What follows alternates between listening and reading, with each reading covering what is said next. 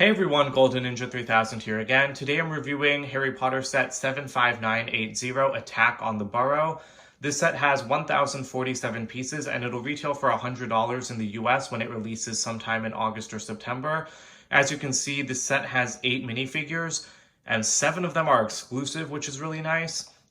Now, with 1,047 pieces, the set is the largest retail set of the 2020 wave, because Diagon Alley will be bigger, but that'll be a LEGO store exclusive. So we're going to start with Harry, of course. Now, this minifigure is the exact same as the one in the Forbidden Forest Umbridge's Encounter set, so this is the only minifigure that's not exclusive. The torso print has been around since 2015, where it was used in Jurassic World for Zach Mitchell. But, I mean, it works very well for Harry, so I really don't mind when LEGO reuses this torso because it's a great torso. He does have a regular dark brown wand, and the head is the exact same as the one from the 2019 sets. So here's Ron Weasley. Now his head is the same as the 2019 sets, just like Harry, but the torso is new. Hairpiece isn't new, that's the one they used in 2010 for him as well. He has a reddish-brown wand. He does have a little bit of back printing on that torso, and he does have an alternate displeased face. And this is actually our first Ginny of the entire reboot theme. It's kind of strange that it took like 3 full years to get her, but I mean, I guess it does make sense because she definitely comes more into play in Half-Blood Prince and Order of the Phoenix. I do like this minifigure, but the one thing I don't like is the head. The head is the same as Claire Deering's from Jurassic World, and I just don't think it fits Ginny. The torso is new, like I think it looks very similar to some Jurassic World outfits as well, but it's not. Hairpiece is the same as the one from 2010, that works perfectly fine. She has a dark brown wand just like Harry. And then taking off her hairpiece, you can see the back printing and her alternate face. So that alternate face I think works a little bit better for her. But I don't like this main face, like that smirk. Like Ginny does not ever have that expression, like that evil smirk. So that's why I don't like the head. I wish they had made a new one for her. All right, and here's our new Molly Weasley. Now, I really like this minifigure because obviously Molly Weasley is one of just the best characters in Harry Potter. She's so wholesome and sweet and everything. And I like the minifigure a lot. She uses Kira's hairpiece from Solo in dark orange. I was not expecting that reuse. Some people thought that she would reuse Hermione's year 1 hair in orange. And I do think that would have looked better because this just feels a little bit too short and tight, you know, like Molly's hair should be bushier. But I mean, I don't think it's a bad piece. I just think if they were going to go to the expense of recoloring a piece, they could have recolored something better. I also like her torso quite a bit, but honestly, this minifigure has a problem, which, like I said, I love the Harry Potter reboot theme, but the biggest problem by far in the last 3 years have been the unprinted dress pieces, and this minifigure just perpetuates that. Because, I mean, she looks okay without a printed dress. I mean, she just wears an apron over it anyway, so this minifigure I don't think suffers as much, but it's just strange to have such a detailed torso and then just such a blank dress piece. I really don't understand how, they gave the Hogwarts founders in the direct-to-consumer Hogwarts set amazing detailed front and back printed dresses, but then the minifigures in normal sets don't get them. This was a problem with Serafina Pickery in the Fantastic Beasts set as well. You know, Fleur in the Clock Tower last year, that was horrible because that minifigure did not work at all. So while I think that this is the best instance of the unprinted dress piece, it's still irritating. You see that she has a dark brown wand and then, sorry, not a dark brown wand, a dark orange wand. And then if you spin her around, she does have an alternate face. And this face print is not new. Speaking of the Hogwarts founders, it is the same as Helga Hufflepuff's, but I think it works perfectly for Molly, so that's not an issue. But yeah, the unprinted dress piece is going to come up again with Bellatrix in a couple minutes. Here's Arthur Weasley, and I really like this minifigure a lot more than I was expecting because I think that's a great new detailed torso. I really like that. You see that he also has a dark orange wand, not dark brown like Molly. And if you spin it around to the back, I really love that back printing as well. You know, all of these new torsos are very detailed, and I really appreciate that. And he does have a new face as well. I think it's a little bit strange because the mouth seems printed very far down. If you compare it to Molly, the mouth is just very far away from the eyes. But I mean, I feel like that kind of works to give him a little bit of a different look. And then spinning it around, you can see he does have an alternate face, which is a little bit more severe. So yeah, I like this figure a lot better than I was expecting, because to me, Arthur's kind of the most useless Weasley family member, not in a mean way, but yeah, I just don't really care about him as much as the others. And this is actually our first time getting a Nymphadora Tonks minifigure in LEGO form, so that's incredible. Now, this is based off of her Half-Blood Prince appearance, which is a lot less unique than her Order of the Phoenix appearance, you know, where she had the colored hair and she would make the weird faces. But I do really like this minifigure, and it is very accurate to this outfit, so you can't complain about that. So again, brand new torso, brand new face. I like the torso a lot. I think the dark red arms look really good against the black. It has like a little bit of metallic printing on like, I don't know, that's not like a scarf, but I don't really know what to describe it as. She has a reddish brown wand, and there is some back printing. She also has an alternate face, which is really nice to see because this is a new face. It's very similar to like the Wonder Woman one from the DC CMF series, but it's not the same. And, you know, I really appreciate LEGO like making a new face for her, even though they didn't need to because it's so similar to one that already exists. But yeah, hopefully we get Order of the Phoenix version of her in the CMF series because I'd really like to get her with her purple hair. And here's a highly anticipated minifigure. This is the new Bellatrix Lestrange. Now, I think Bellatrix is a lot of people's like favorite Harry Potter villain. She's a fantastic character, and Helena Bonham Carter played her perfectly in the last few movies.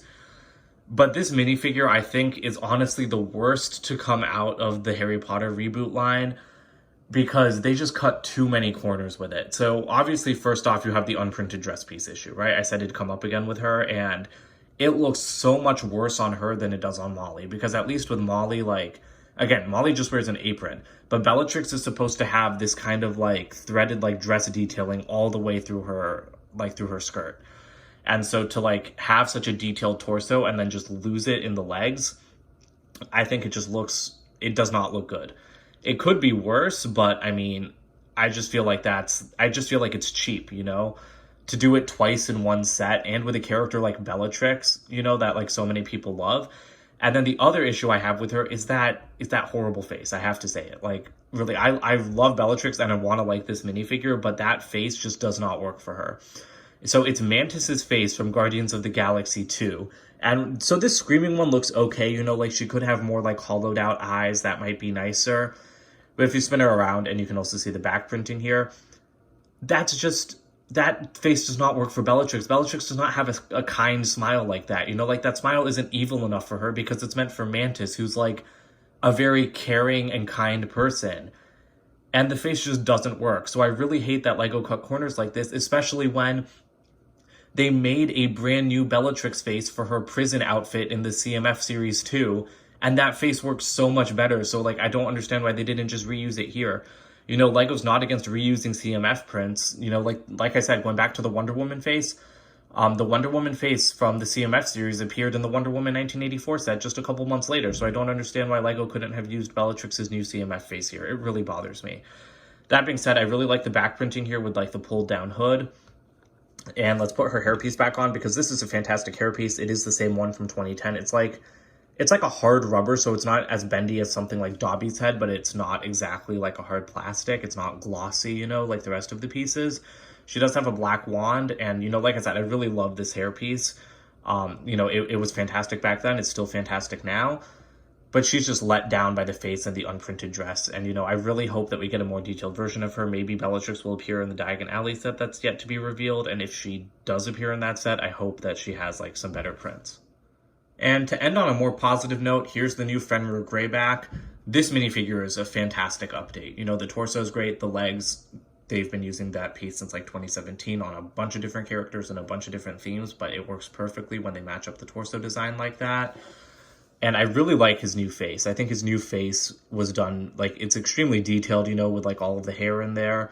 And his eyes are actually, like, kind of metallic. So, like, if you like, move them in the light, like, they'll shine. So I think that that's really awesome. He also has a black wand. Now, I don't think he had a wand in the last Burrow set. And I know he's a werewolf, but I don't know if he's, like, also a wizard. I didn't think Fenrir had a wand, so that's interesting. There's just some creasing detail on the back.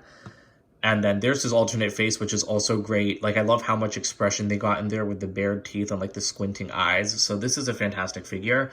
And I am going to do a minifigure comparison video, a separate one, because the lineup of the new Burrow set for the minifigures is identical to the last one, except with the addition of Tonks and the new one. So I'm going to just do a minifigure comparison video since I have all of those, and I really want to take, like, a more in-depth look at the differences between the old and the new ones. Now, before we get to the actual house build, this is like the only smaller build in this set. Obviously, it's just like a section of fire from when Bellatrix and Fenrir attack the Burrow. This is kind of lame compared to the one from 2010. The 2010 one was, like, you know, bigger and it had like catapults and stuff, so you could actually have a play feature. This is literally just like a little strip of fire. But, you know, it's fine. It gets the idea across, and it doesn't take away too many pieces from the Burrow build. Now, these are new flame pieces for 2020. The old flame pieces were like trans orange and trans yellow. These are trans neon orange that fade into transparent black to represent smoke. So it's a cool colored piece, but I think it's like completely replacing the old one, which is a shame because I also really liked the old one. And these two in the middle are on hinges, so you can like part the flames, and then, you know, you can have like Ginny like jump through to go follow Harry. So that is a nice little play feature, but again, I just like the side build from 2010 better because, you know, you could actually play with it more and it was bigger. All right, so we're going to take a quick look around the exterior of the house. This is kind of a tall build, so it's hard for me to get it like fully in camera. So this is a curious Lego build because most Lego builds are like open from the back. This one is open from the left side and it hinges open in a couple of places. So it's a little bit of a weird design, but I really appreciate how the designers were able to pack like all the interior detail they could into this set. It's like insane. I do think this is one of the best designed Lego sets ever.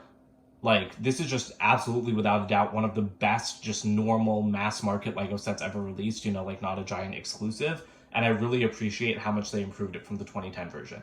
So this is the right side of the house.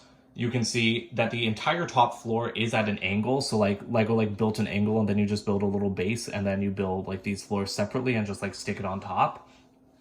That's fantastic. The 2010 one couldn't figure out a way to actually make it crooked. So I really appreciate that improvement. Now the colors in here are like a perfect patchwork, you know, with like the dark red, the dark orange, and then the regular bright red. That all works very well. And of course I accidentally hit the fire, but if you spin it around, if I can get this around. So this is the front of the house. So you see what I mean about it being open on the left side. So again, it does make it so you can't display it from the front, but I mean, displaying it from the right side kind of looks better, so that's not a huge deal. You do have a front door. The way they built like this like section in front was very clever, and like just all of the windows. I really love the way that they like crammed all these windows in here. Like I said, there's so much detail in this build. We'll take a look at it more in depth in a second. Then spinning it around here, this is where it's open. So that's the interior, which we'll take a look at more again in a second. And then this is the back of the house. So there's not really any detail here because it's not meant to be viewed, but there is a little gear that corresponds to a play feature that we'll take a look at. And that's pretty much it for the exterior. So I'm going to go more in depth in a couple sections right now. All right, we're going to start down here at the bottom. So these are all stickers, of course, but they look fantastic. No complaints there. I really love those stickers on the windows.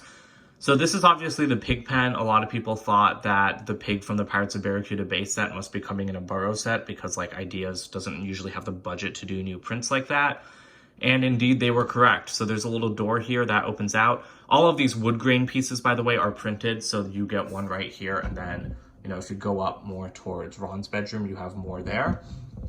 But that pig piece, like I said, did come in the Pirates of Barracuda base set. And mine, sadly, is a little bit misprinted. You can see that the eye is like a lot further down than it's supposed to be. So it just looks like, it kind of looks like it's melting, honestly. It doesn't look bad from either side. I mean, it looks bad from that side. So actually, I don't know if that one's up too high or if that one's up too low, but I think this one might be up too high. But yeah, so it just looks really, really weird.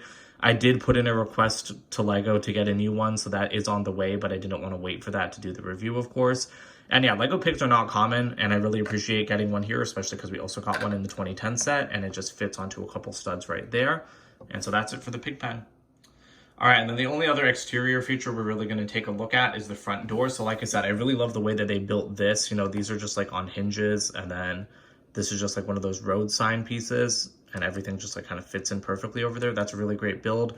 And then this is the front door, so you can obviously open it, and then you can kind of start to see the interior there, but we're going to go look at that right now. So here is the entire interior of the Burrow set. There's a lot more than there was in the 2010 set. You've got like 3 bedrooms, you have a balcony, you have the kitchen and like the living room. So we're gonna start down here with the kitchen. All right, so the kitchen, as you probably saw earlier, it is on a hinge. It does swing out like that. And I really love this dining table. So this is a huge table. You have like that waffle print from the Stranger Things set. You have that fried egg print, and then, you know, you've got cups. You get 4 of these teacups in this set, plus an extra, which is a really great piece. That's been around since 2018. Harry Potter line introduced it, but, you know, they're still not super common. And then I really love the detail of the mismatched chairs, how every single chair is a different color, except like there are 2 reddish brown ones. So I think that's a great detail.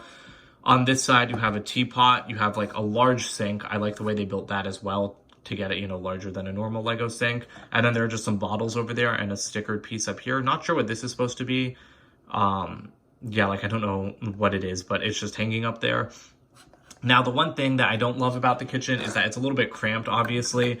So you can fit Molly like over here, but it's like, it's kind of hard to position her at the sink unless you want her back like all the way up against the table. But again, that's not a big thing because you can still fit her there. There are like some potted plants here, which is a nice detail. And then the only other thing that I wish about the kitchen, because like obviously the kitchen, like they definitely changed the layout of this house a lot. This house is a lot more designed for like humans to get in and play with than it is designed for the minifigures. Because the kitchen is supposed to be like when you walk in the door, right? So I wish that there was a little bit of a wall behind here, because I do think it's like kind of weird how it's just so empty behind the sink. I wish like there was a little suggestion of a window or something there. But again, that's not a big thing. And so this swings out and then you can start getting into the living room. All right, so taking a look at the living room section, first off, here you have like the famous Weasley clock. So this is stickered, so the hands are supposed to be family members, and then around the corner you have like, you know, like work, home, school, like missing, stuff like that. There's a sticker down there, there's a sticker down there. There's a little bookshelf on the side. I like how that's built up. Those aren't stickers, you know, those are just tiles on their sides. That's a really great feature. And then there's a little chair right there, so you can like grab Arthur, and then he can just sit in there. Obviously no attaching with studs, they're just all tiles.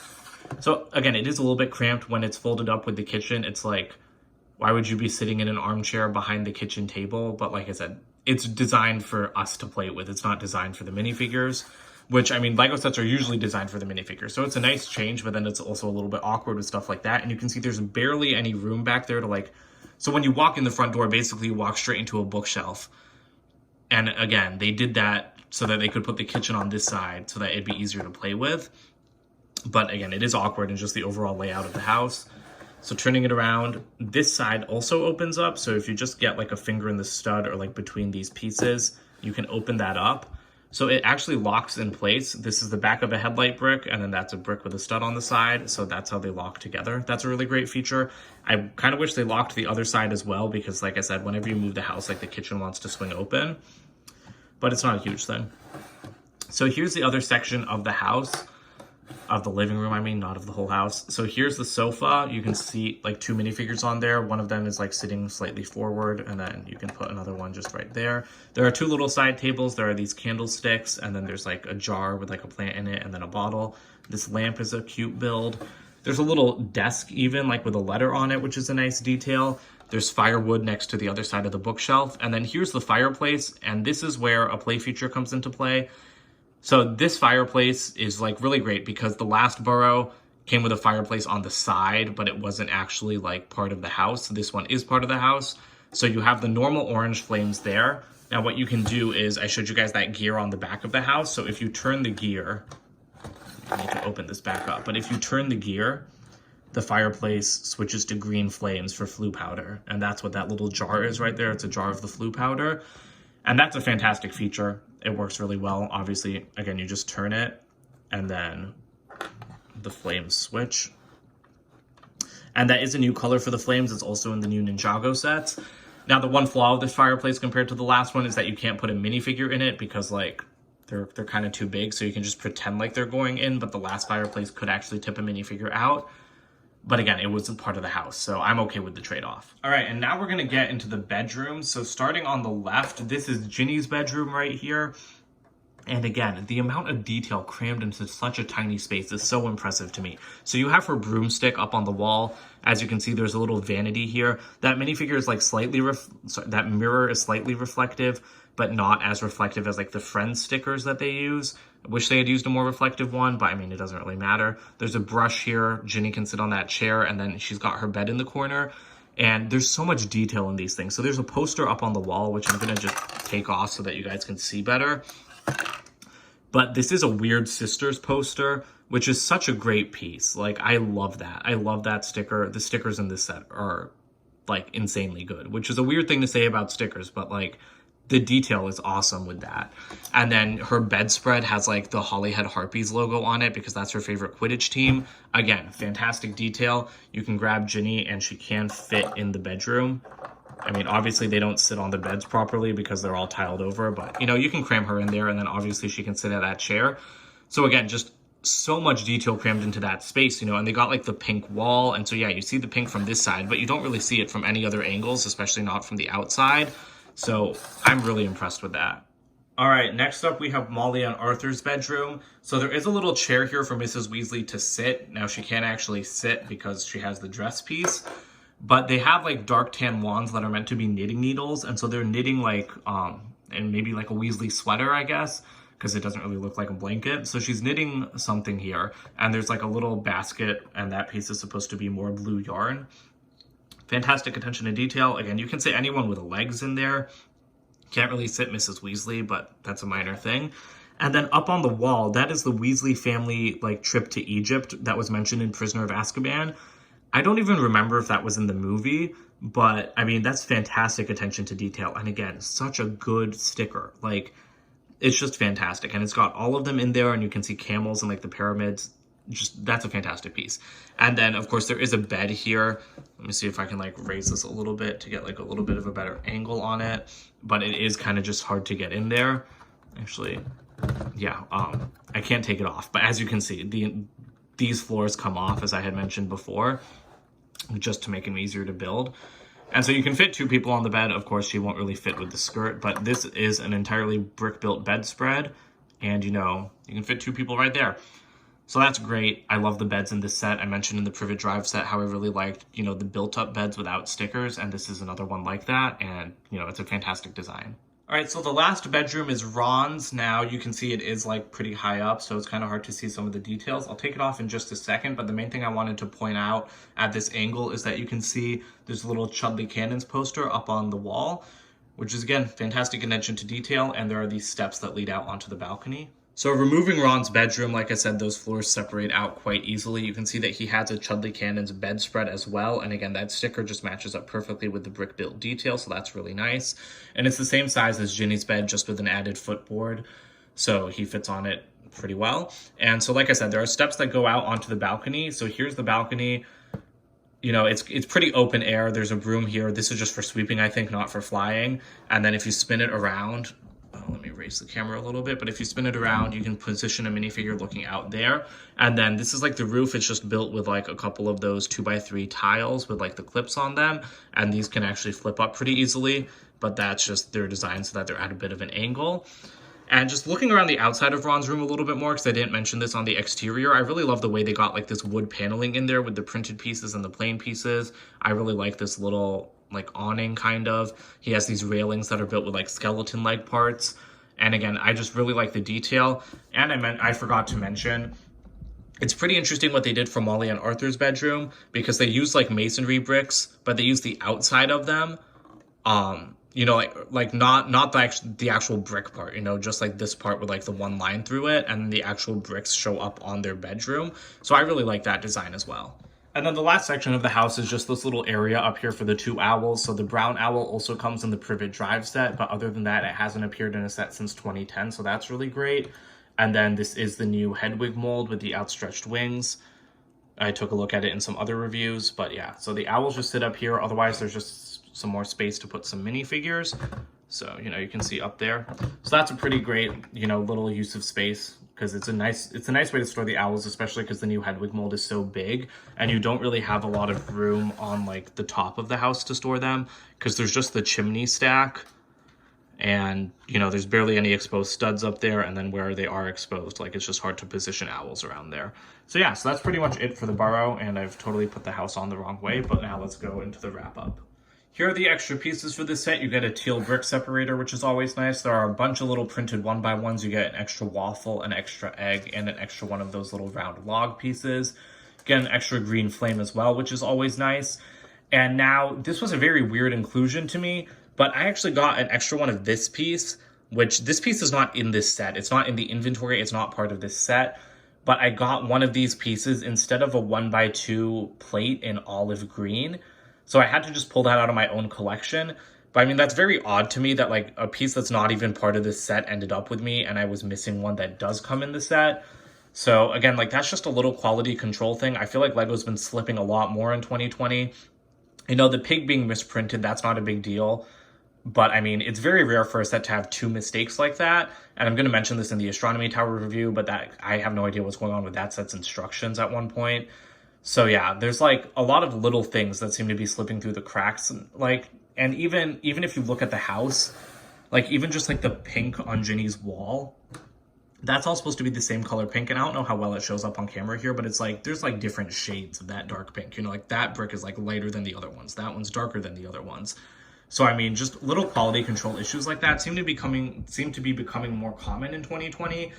And I really hope that LEGO kind of fixes that, because, you know, Lego's a very expensive hobby. And, you know, to have like multiple mistakes in a set isn't supposed to be common, and yet I feel like it is becoming more common this year, and that's a shame.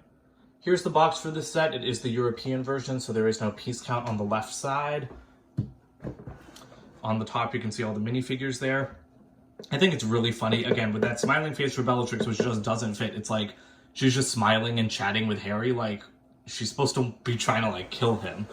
So yeah, just that face does not work for her at all. But yeah, here's the back of the box, just showing off the play features and the interior of the house. Surprisingly, there's no like measurements or anything. You know, I feel like it's become a lot more common for LEGO to put like the measurements of larger things like this, but that's not here on the box. Here's the instruction manual for this set. It is one of those tall, large size set manuals. And then if you flip to the back, they do have the advertisements for the 4 main sets. So this one's not included, and the buildable Hedwig isn't included, but it's always nice to see ads like that. And, you know, there's nothing else aside from just like the building. So to wrap things up, I think this is without a doubt one of the best Harry Potter sets ever made. You know, I think it's one of the best LEGO sets ever made, period.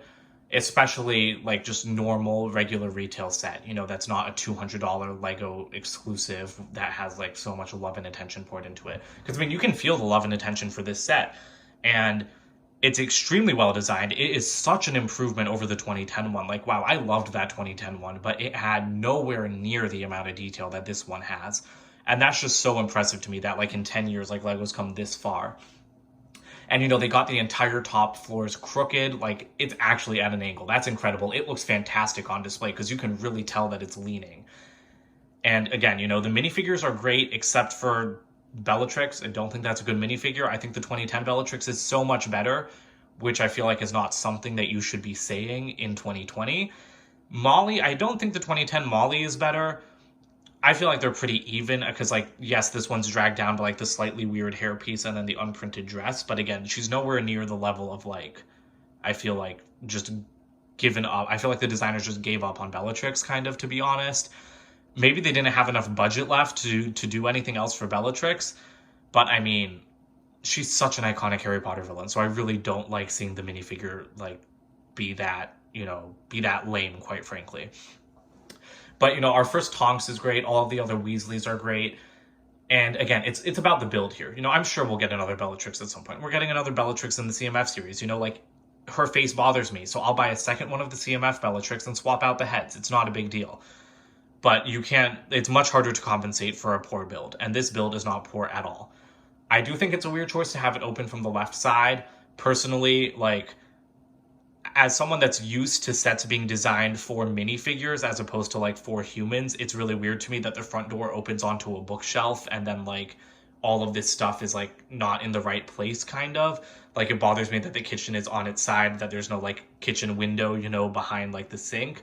But those are all very minor things because LEGO doesn't usually do sets like this. But doing something like that has enabled them to include 3 bedrooms. Like, 3 bedrooms. That's insane to me.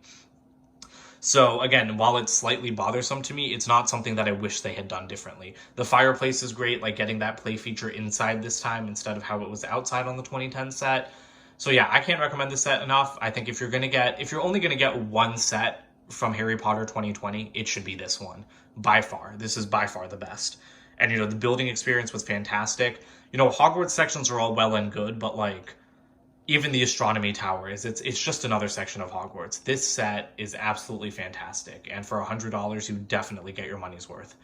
So yeah, that's pretty much it for this review. I just have the astronomy tower review left, and then that'll be it for my Harry Potter reviews for 2020.